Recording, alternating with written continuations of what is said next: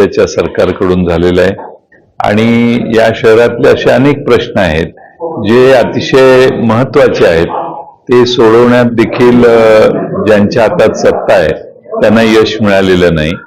आज महाराष्ट्रात वेगवेगळ्या महानगरपालिकांचा विकास वेगाने होत असताना सांगली महानगरपालिकेकडे शहराचं राज्य सरकारचं अलीकडच्या काळात दुर्लक्ष झालेलं आहे आणि म्हणून सांगली, मिरज, कुपवाड या शहराच्या अनेक प्रश्न एकत्रित घेऊन आम्ही लोकांच्या प्रश्नावर आधारित ही निवडणूक लढवणार आहोत आणि मला खात्री आहे की काँग्रेस पक्ष ज्यांची या शहरामध्ये महत्वाची ताकद आहे, त्याचबरोबर राष्ट्रवादी काँग्रेस पक्ष, शिवसेना आणि इतर सर्व आमच्यावर येणारे पक्ष हे एकसंघपणाने लढले तर नक्की या शहरात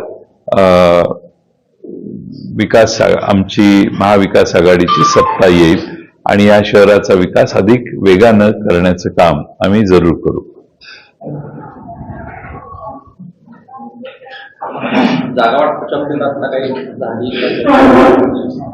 जागा वाटपाच्या साठी यापूर्वी थोडीशी चर्चा आमच्या प्रतिनिधींची झालेली आहे, पण त्याला मूर्त स्वरूप आलेलं नाही कारण सर्वच जण नगरपालिकेत व्यस्त होते।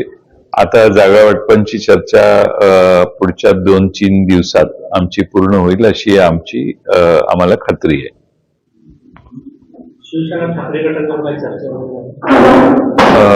मला असं वाटतं की विशाल पाटील खासदार यांना माझ्यानंतर बोलायला सांगतो, त्यानंतर विश्वजित कदम साहेब बोलतील।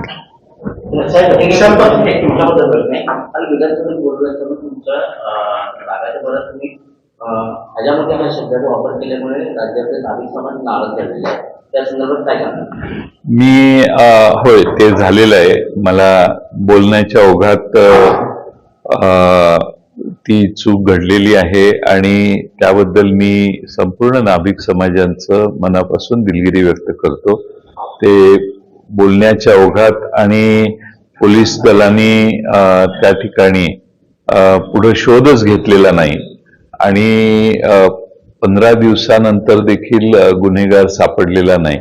त्या रागापोटी बोलण्याच्या ओघात तो शब्द माझ्याकडून गेला।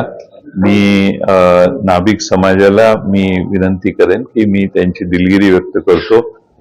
अशी चूक होणं योग्य नव्हतं, पण ती झालेली आहे। आंदोलन करू असं सांगितलं नाभिक समाजाला, हे मला माहित नाही। माझी त्यांना विनंती आहे की शेवटी बोलण्याच्या ओघात मी बोललेलो आहे, त्यामुळं मी दिलगिरी व्यक्त करतो। अशी चूक व्हायला नको पाहिजे होती असं मला वाटतं। विशाल पाटील अपक्ष आहेत, पण त्यांचा DNA काँग्रेस आहे, त्यामुळं मला खात्री आहे की काँग्रेस पक्षाच्या सांगली जिल्ह्यातल्या सर्व कार्यकर्त्यांनी त्यांना त्यांच्या स्वतःच्या लोकसभेच्या निवडणुकीतही चांगली मदत केलेली आहे।